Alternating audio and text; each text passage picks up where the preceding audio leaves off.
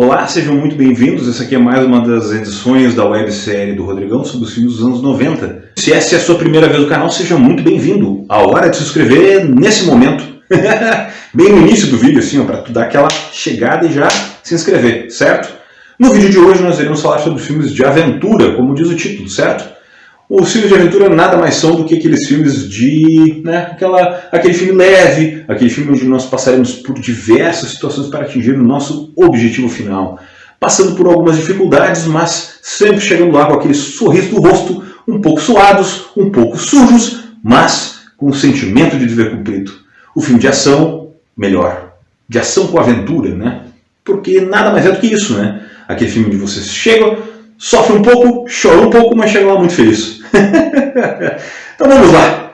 Seguindo a nossa lista, né, são 5 filmes de aventura dos anos 90, são filmes compreendentes dos anos de 90 a 99, e uma menção honrosa, onde eu dou aquelas dicas, né, para vocês, conto um pouco das curiosidades, falo um pouco dos roteiros, né, orçamentos, aquelas coisas todas, né, as curiosidades do cinema, estilo Rodrigão, do jeito que vocês gostam, né? Então, segue aí a lista dos filmes de aventura dos anos 90, certo? Então, a gente não poderia começar os filmes de aventura dos anos 90 sem começar com aquele filme assim que foi uma coqueluche, né? Porque se teve um filme dos anos 90 de aventura que foi muito doido, assim, que não dava para entender por quê. Era um filme que locava absurdamente na locadora. Eu já tinha saído da locadora nessa época, mas eu mantinha um contato, né, com o pessoal que ficou, aquela coisa, estou com um dos donos da locadora e tal. Era o Armagedon. Nossa senhora, agora as meninas da época, assim, ó, as pessoas que olharam o Armagedon, né, vão sentir o coração palpitar, né, porque a música do Aerosmith, acho que as pessoas olhavam aquilo por causa da música. O roteiro do filme, do Armagedon, ele não faz sentido algum, né?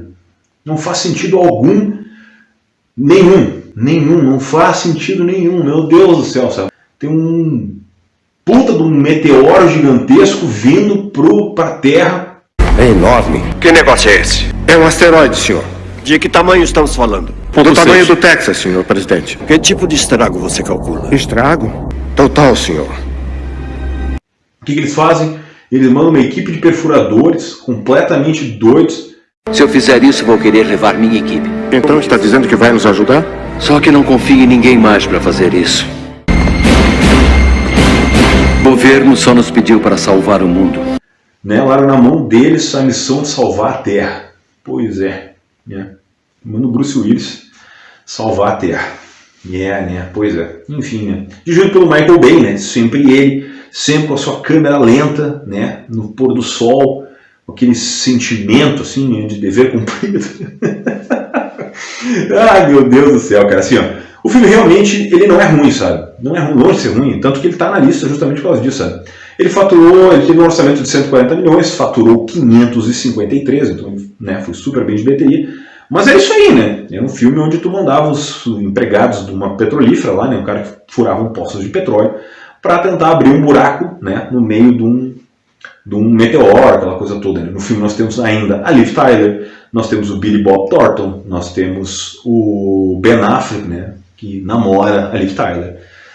Numa das suas escolhas de carreira que não dá para entender porquê, né? Mas, né, ele está ali, ele faz bem o papel dele, aquela coisa toda. Né? Nós temos o Michael Clarke Duncan também. Então, assim, o roteiro do filme, ele não é aquilo tudo, mas ele é compensado por tanta gente boa que está no filme, sabe? A música é legal, sabe? Os efeitos especiais são bons. Enfim, é um esmero técnico, sabe? O Michael Bay pode ser acusado de qualquer coisa. Qualquer coisa eles podem acusar o Michael Bay. Menos de que ele não é caprichoso, sabe? Porque ele faz uns filmes muito bem feitos. Ele realmente trabalha muito bem. Muito bem. E ele tem a capacidade de criar plots, sabe? E ele é muito caprichoso, sabe?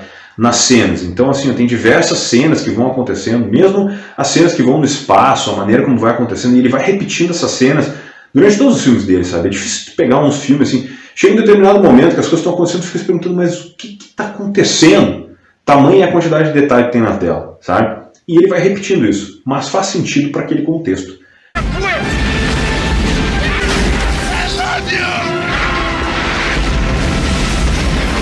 Jerry Bruckheimer production, directed by Michael Bay.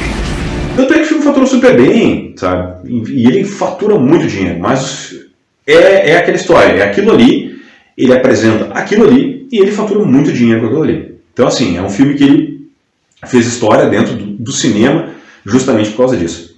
Tem uma cena específica que é muito engraçada, que inclusive eles estão ali fazendo o treinamento deles, porque tem o Owen Wilson também tá junto. É muito engraçado, porque os caras estão perguntando, falando do Jethro Tull, sabe? Os psicólogos estão falando ali, tá? O Jethro Tull, não sei o quê. O Jethro Tull é uma pessoa, não é uma banda. I'll tell you one thing that really drives me nuts is people that think that Jethro Tull is just a person in the band.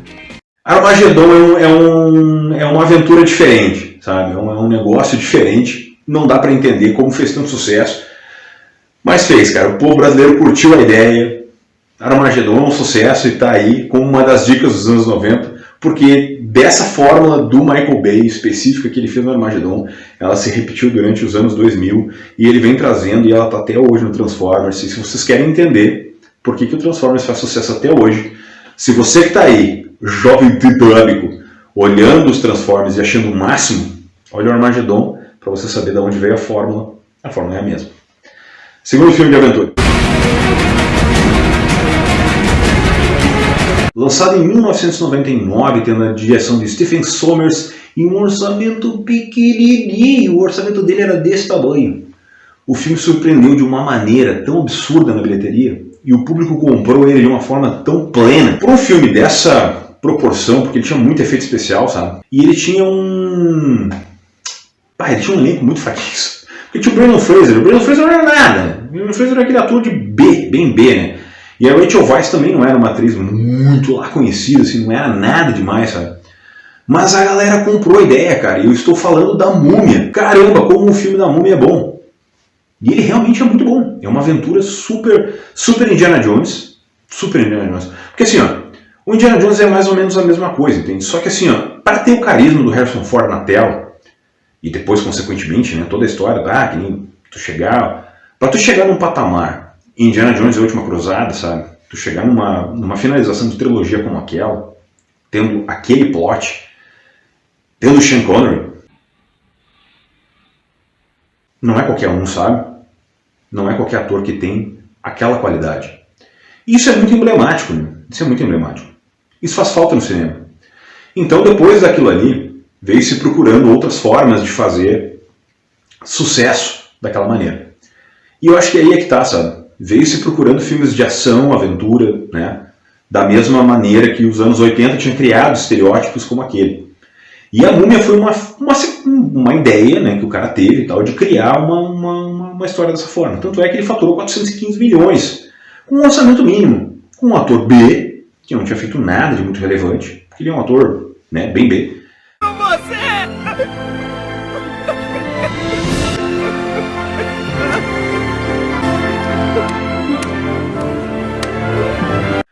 Um vilão, né, bem fraco também.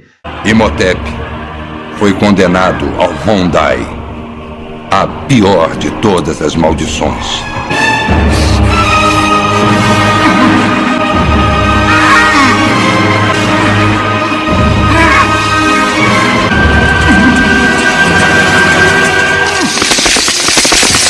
Mas a ideia da forma como ele é contada, a direção ágil, né, os momentos de humor, aquele plot família, aquela coisa toda e tal, as pragas do Egito, tudo, aquela coisa meia... Como é que eu vou, sabe, um troço meio...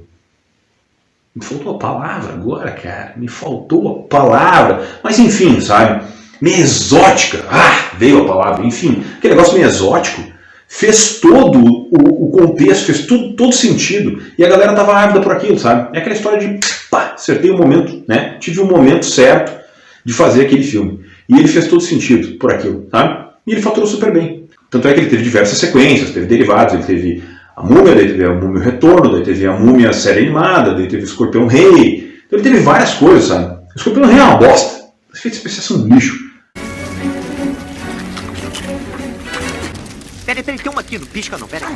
Ih, é das grandes. Mas a Múmia e a Múmia Retorno são muito bons. Mas ele levou um sucesso de BT sensacional, assim, fez muito sucesso mesmo.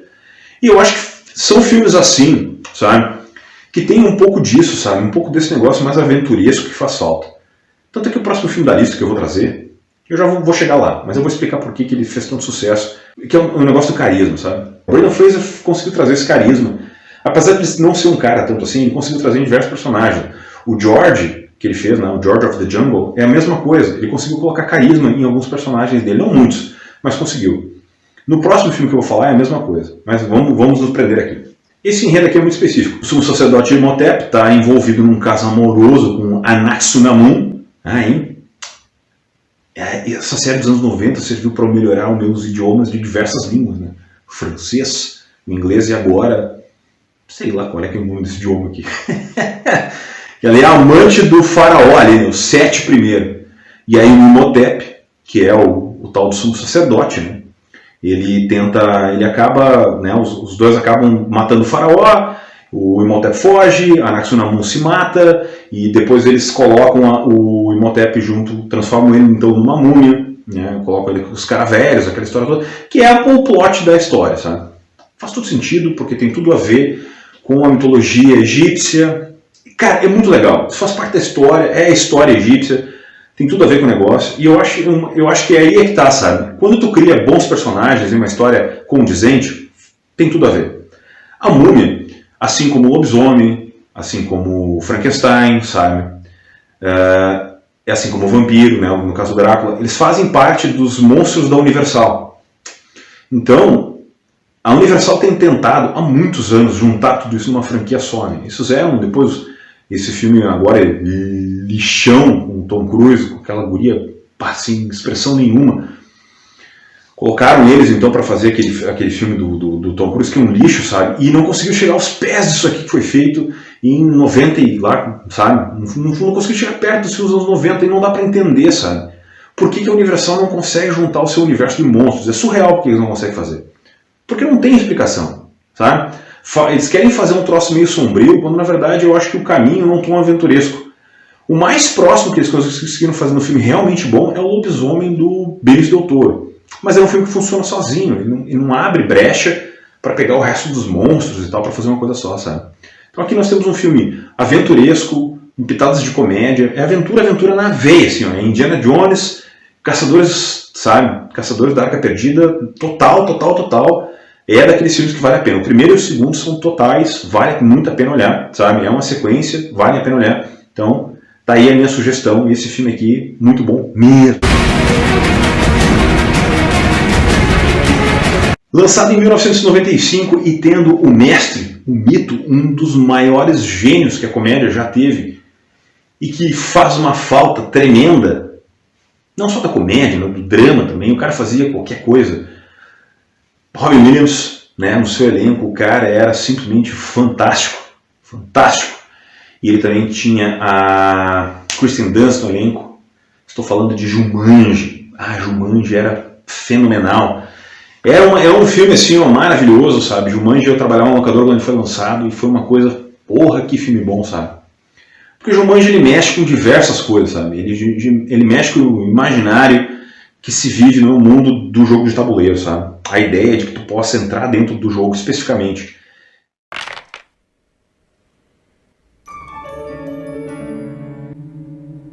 Cuidado com o chão, pode ficar mole. O solo se abre e depois te engole. E eu acho que essa ideia de tu conseguir, sabe, de tu entrar dentro do jogo, sabe, é uma coisa que ela vive até hoje, sabe, porque os jogos eles só foram evoluindo, mas ao mesmo tempo tu tem RPG hoje, sabe, Dungeons and Dragons e tantos outros jogos de tabuleiro que existem hoje, né, o jogo da vida, Banco Imobiliário, todas essas coisas que ainda que estão aí, que a gente continua jogando, sabe. E tu tem o Jumanji até hoje como uma referência, e ele ter sido refilmado pelo The Rock, e o The Rock, que aí vem o que eu estava falando antes, na parte da múmia, com toda a sua capacidade e o seu carisma, e trazer ele para a geração nova, sabe? Trazer um filme dos anos 90 com uma geração nova, sabe? Trazer ele de uma maneira revitalizada, respeitando o legado que foi criado, sabe? Sem por nenhum momento... Vamos lá, cuspir no prato que comeu, sabe? Sem desmerecer o trabalho que foi feito pelo mestre. É muito legal, sabe? É muito legal. E talvez um dos grandes motivos de se fazer toda uma websérie sobre isso, falar sobre esses filmes, dissertar sobre esses filmes seja exatamente sobre isso, para dizer de onde a gente veio, sabe? Falar de onde a gente está indo. Porque é exatamente sobre isso, sabe? É exatamente sobre isso. A gente está vendo o Jumanji hoje, sabe? Tem o The Rock, tem o Kevin Hart, tem o Jack Black, são caras da comédia, mas eles se inspiram no Robin Williams, sabe? Se inspiram no trabalho que o Robin Williams fez. Um filme de 95, sabe? Que é de um livro infantil, que teve uma sequência, que é Zathura, sabe? É um troço muito foda. E aí esse livro foi escrito em 82, né? Tá aí os livreiros, né? As pessoas que lidam, né? Os booktubers, né? Os bookstagrammers da vida, que não vão me deixar mentir, que, né? O negócio é fantástico. E cara, é sobre isso, sabe? É sobre isso, é o tom aventuresco, a coisa toda, sabe? Então eu acho que o Jumanji é um negócio específico, sabe? É todo aquele tom aventuresco que tem dentro do Jumanji, a maneira como ele é pintado, a maneira como ele é feito. É um filme que teve um orçamento mínimo também, porque o estúdio propriamente dito não acreditava no trabalho, não acreditava que aquilo ali era um plot verídico que poderia acontecer. 65 milhões, faturou 260, era um filme de sessão da tarde, mas era um filme que, cara, eu olhei, nossa, as crianças amavam aquilo, sabe? Mas ele, ao mesmo tempo que ele tem um tom, infantil, ele tem um tom mais soturno, sabe? O caçador é muito, ele é muito malvado, sabe? Ele é um cara mais malvado, assim, sabe? Que é brilhantemente interpretado, é isso que eu digo, sabe? A ideia de que tu vai fazer um filme e que tu vai trazer diversas camadas para a interpretação daquele filme, sabe? É muito legal. É muito legal. E quando tu traz bons atores para fazer aquilo, tu acaba conseguindo fazer bons filmes. Com bons roteiros. E tu não precisa de grandes efeitos, tu não precisa de nada. Cara, o Robin Williams, ele rouba o filme de uma forma assim, ó, cara. É muito foda, sabe? É isso que eu sinto falta hoje, sabe? Eu sinto falta de bons atores fazendo bons papéis. Porque os caras não se entregam mais, eles têm medo de fazer as coisas. E esse é o problema, sabe? Assim como eu disse lá no primeiro vídeo lá do filme de suspense, a entrega do Brad Pitt para fazer o David Mills, sabe? E assim tu vem vindo todos os vídeos. Eu acabo me repetindo, mas na verdade é isso, sabe? É a entrega do ator, é o Robin Williams fazendo um grande papel, um excelente papel dentro de um filme. Cara, é um filme pequeno, mas é um puta papel e ele acabou se tornando um cult. Ele serve de base para hoje, porque o The Rock tá fazendo um Jumanji hoje, que ao invés de um jogo de tabuleiro, é um jogo de videogame, sabe? Que apareceu o Danny DeVito agora na sequência. Caramba, cara, o Danny DeVito tá muito bem no filme, muito bem. I'm coming! Muito bem, o filme é muito engraçado. E eu torno a dizer, eu gosto de aventura, mas eu tenho um problema gravíssimo com comédia. E as piadas são sensacionais. Sensacionais as piadas, são muito boas. Sabe, um timing muito bom de piada. Faz de tudo pra chamar atenção pros lábios. Morde os lábios assim, ó. Uma mordidinha faz milagres, amiga. Seus lábios entreabertos, tipo... Não é com nojinho, só relaxa. Agora põe a língua no céu da boca. Desse jeito? Então eu recomendo muito que vocês olhem todos. Olhem Jumanji, né, com Robin Williams. Olhem o Zathura, que foi lançado em 2005.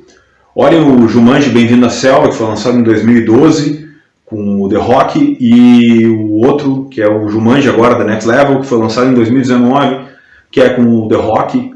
Olhem todos eles. Olhem todos. É muito bom. São 4 filmes aqui que eu disse para vocês, que são todos eles sequências, regravações, mas são muito bons. Muito bons. São todas aventuras maravilhosas, sensacionais e trabalhos maravilhosos de aventura. Ok? Próximo item da lista. Lançado em 1998 e tendo no elenco principal só. Esse aqui tem pouca gente no elenco principal, assim, um pessoalzinho assim, ó, bem meia boca, uns atorzinhos B assim que, sabe? Eu não sei nem o que tem na lista, por exemplo. Enfim, Anthony Hopkins, Antônio Bandeiras, e a Catherine Zeta-Jones, né? Aí, né? Enfim. A Máscara do Zorro. Ah, cara, que filme bom, velho. Que filme bom.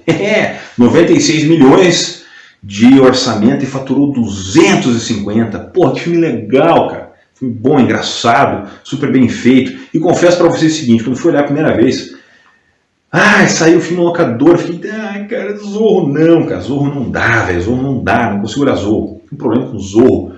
Fica naquela Zorro tonto, né, Zorro tonto, porque o cinema americano destruiu o Zorro, né.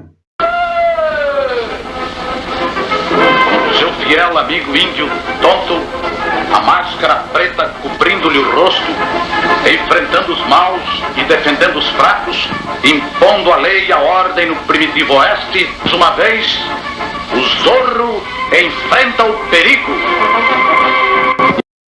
Aí lançaram, né, a história, mas eu sei que é diferente um do outro, sabe? São duas coisas completamente diferentes e tal, aquela história toda, mas aí tu já fica com o pé atrás, né? Já fica com o pé atrás. E o Antônio Bandeiras não é aquele cara para interpretar, né? Pelo menos não era, né? Mas aí eu pensei, não, mas tem um Anthony Hopkins, cara.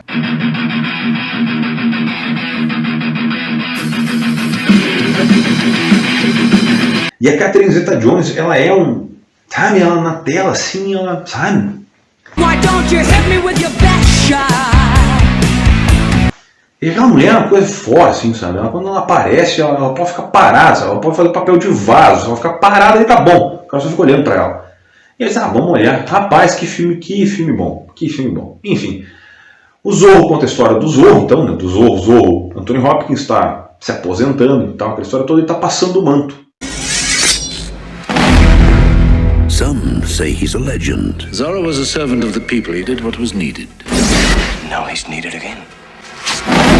Others, a ghost. Others, for revenge. All that playing with swords, shooting guns, racing around on horses. I had impure thoughts about a man. Lustful? Yes, lustful. But everyone knows his mark. No bad? The only... É isso que ele está fazendo. O resto, eu não vou contar nada, porque tem um plot ali muito legal, logo no começo. Tem uma história que conta logo no início, que vocês têm que olhar o porquê, porque essa é diferente da história que vocês estão acostumados a olhar. E esse plot faz todo sentido, ele foi feito específico para o filme, sabe? Então, ele existe uma continuação, ele foi indicado a Oscar, então assim, é muito legal, ele tem um tom aventuresco muito bom, e eu acho que, sabe, esse filme capa espada, tem mais um na lista, mas esse outro tá na lista e não é unanimidade, o próximo tá na lista, tá? Menção honrosa, não são unanimidades todas, mas esse aqui ele foi muito bem feito, sabe? Porque ele foi baseado em livros, sabe? Ele foi respeitado no material original, tem todo um contexto dos irmãos, sabe? Tem todo... Ele foi bem feito porque o diretor caprichou, tá? O diretor caprichou, e aí quando respeita o material original, merece reconhecimento. E eu acho que aí é que tá o grande lance, sabe?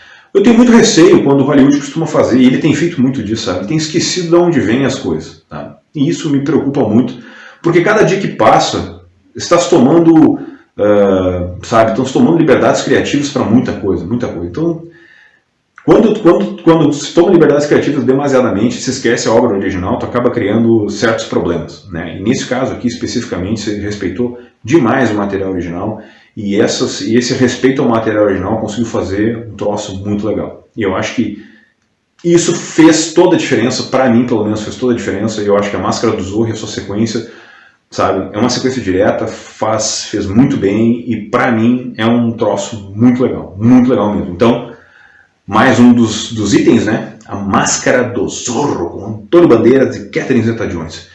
Eu preciso abrir um parênteses aqui, tá? A Catherine Zeta-Jones talvez seja uma das mulheres mais lindas do cinema. É impressionante o que aquela mulher tem de bonita e de talentosa. Tá? Realmente, a Catherine Zeta-Jones é um... Enfim, né? Enfim. Eu vou, quando esse vídeo sair, provavelmente no próximo eu vou aparecer de olho roxo, né? Eu quero me dar uns tapas. Mas, ou ela vai concordar comigo, né? Se ela concordar, eu vou aparecer com o olho normal, né? Então vocês já estão sabendo. Esse filme da lista aqui foi lançado em 91, foi dirigido por uma estreante, que é a Catherine Bigelow. Teve um orçamento de 24 milhões e faturou 83. E é daqueles filmes que acabou virando cult também, mas ele não entrou como cult porque achei ele mais ele é bem forte. E, gente, é daquele filme feito manada que tu não consegue explicar como, certo? Não tem como explicar. Mas ele lançou, sabe, ele entrou num outro patamar, sabe? Todo mundo falava desse filme. Era impressionante o sucesso que ele fez. Principalmente no home video, porque todo mundo olhou. Né? E ele tinha no elenco o Keanu Reeves e o Patrick Swayze. E só o fato de ter esses dois caras no elenco fez toda a diferença. Eu estou falando de Caçadores de Emoção. O filme dos surfistas ladrões, que teve a sua refilmagem depois, uma bela de uma bosta, um filme horroroso, que não faz sentido porque refilmaram, porque poderiam ter mantido esse mesmo filme aqui e ter passado para os jovens do Dubicus ter olhado eles agora, né? Porque não precisava, né? Enfim, nós temos desse filme aqui, né, que é o original, que deveria ter sido mostrado para o pessoal como é que eles realmente fazem. O Johnny Utah, né, que é o nosso amigo Keanu Reeves, ex-jogador de futebol americano com o seu joelho explodido, né, porque tem um joelho estourado, que ele entra para o FBI e ele começa com o seu parceiro, Gary Busey, que está muito bem no filme também, ele é meio doido, né, o Gary Busey, começa a ir atrás de uma gangue, né, uma gangue de assaltantes de banco, que usa a máscara dos ex-presidentes, e aí eles começam a desconfiar de uma gangue de surfista. O Keanu Reeves, ou o Johnny Utah, então entra dentro dessa gangue, acaba entrando junto com os caras, se torna amigo dos caras, aquela coisa toda, começa a perseguir os caras, isso aqui e tal, e a história vai se desenrolando.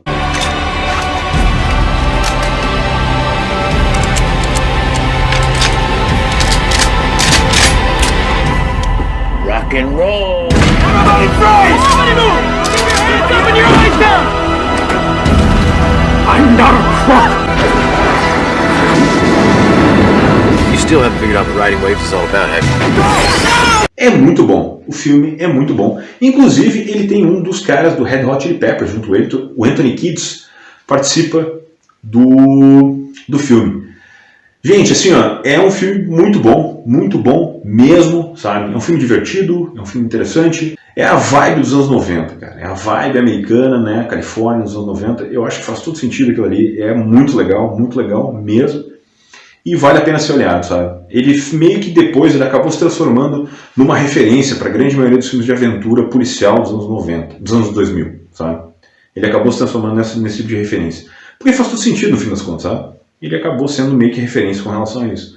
Mas ele é um filme bom, sabe? Porque ele faz referência aos filmes policiais dos anos 80, mas com um pouco mais de leveza, sabe? Que é aquilo que eu já falei nos filmes policiais, sabe? Eles começaram a pegar um pouco mais leve. O medo causa hesitação. E a hesitação faz com que seus piores medos se tornem reais. Porque nos anos 80 nós vimos numa situação muito violenta, sabe? Muita testosterona, sabe? E aí depois eles começaram a dar uma maneirada um pouco, sabe? Agora está começando a pegar pesado de novo. Acho que, né, em alguns filmes o pessoal está sendo um pouco mais violento de novo.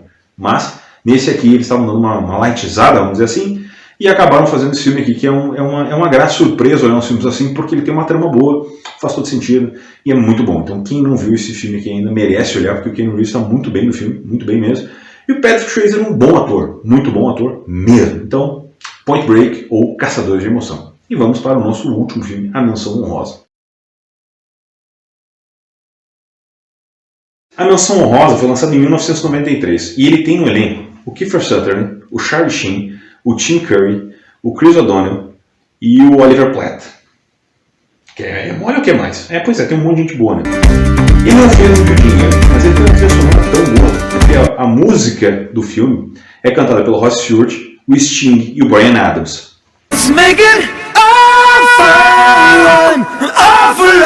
Né? Então, né? Deveria ser muito bom, né? Mas eu gosto do filme, eu olhei diversas vezes, é uma aventura capa-espada muito bom, mas ele não foi muito bem e ele não é uma unanimidade. Então, o filme Menção Honrosa é Os Três Mosqueteiros. É daqueles filmes assim, ó, ou ame ou odeie. Ou você vai gostar muito do clima, vai gostar muito do andamento do filme, tá, aquela história toda, ou você vai odiar e vai vir me xingar depois. Vamos lá, a pergunta do Rodrigão.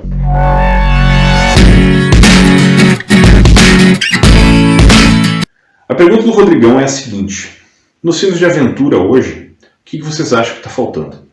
Pensem comigo o seguinte: nós já tivemos filmes que eu citei ali, A Múmia, o Zorro, o Caçador de Emoção, também citei lá nos anos 80, se vocês pensarem, nós temos aí o Indiana Jones, aí a gente tem o De Volta para o Futuro, enfim, né? Diversos filmes que eram uma aventura, aquela coisa mais legal, aquela história toda. Aí eu faço a pergunta para vocês, certo?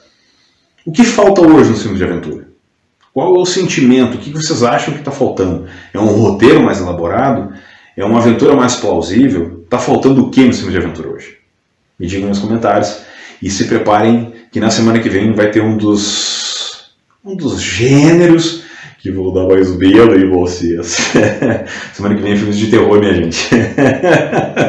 Até semana que vem, um forte abraço a todos. Tchau!